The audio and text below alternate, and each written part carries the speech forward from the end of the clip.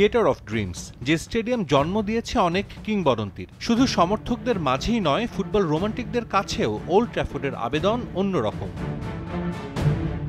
তবে sir Alex পরবর্তী যুগে দলের নিম্নগামী পারফরমেন্সের মতোই বেহাল দশা বিশ্বের অন্যতম বিখ্যাত স্টেডিয়ামটির। শতবর্ষে ক্ষয়ে গেছে অনেক কিছুই। গেল বছরের মে মাসে ভারী বৃষ্টির সময় স্টেডিয়ামের স্যার ববি চার্লটন স্ট্যান্ডের ছাদ ফুটো হয়ে অঝরে পানি ঝরতে দেখা যায়। অতিথি দলের ড্রেসিং রুম সহ আরও কিছু জায়গা ক্ষতিগ্রস্ত হয়। এরপরই নতুন স্টেডিয়াম নির্মাণের বিষয়টি আলোচনায় আসে।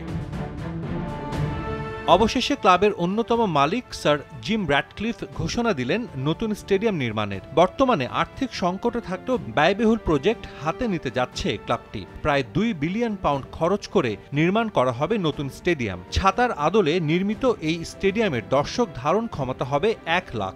নির্মাণ শেষ হলে এটাই হবে ব্রিটেনের সবচেয়ে বড় স্টেডিয়াম।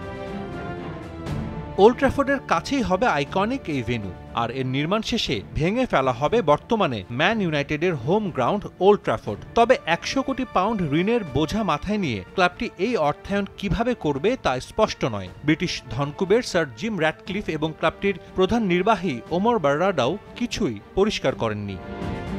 তবে নতুন স্টেডিয়ামের প্রকল্প নিয়ে আশাবাদী ইউনাইটেড কর্তৃপক্ষ। তারা মনে করছে এটা সফল হলে যুক্তরাজ্যের অর্থনীতিতে প্রতি বছর বাড়তি 730 কোটি পাউন্ড যোগ করবে। নতুন 92,000 কাজের সুযোগ তৈরি হবে, নির্মাণ করা হবে 17,000 নতুন বাড়ি।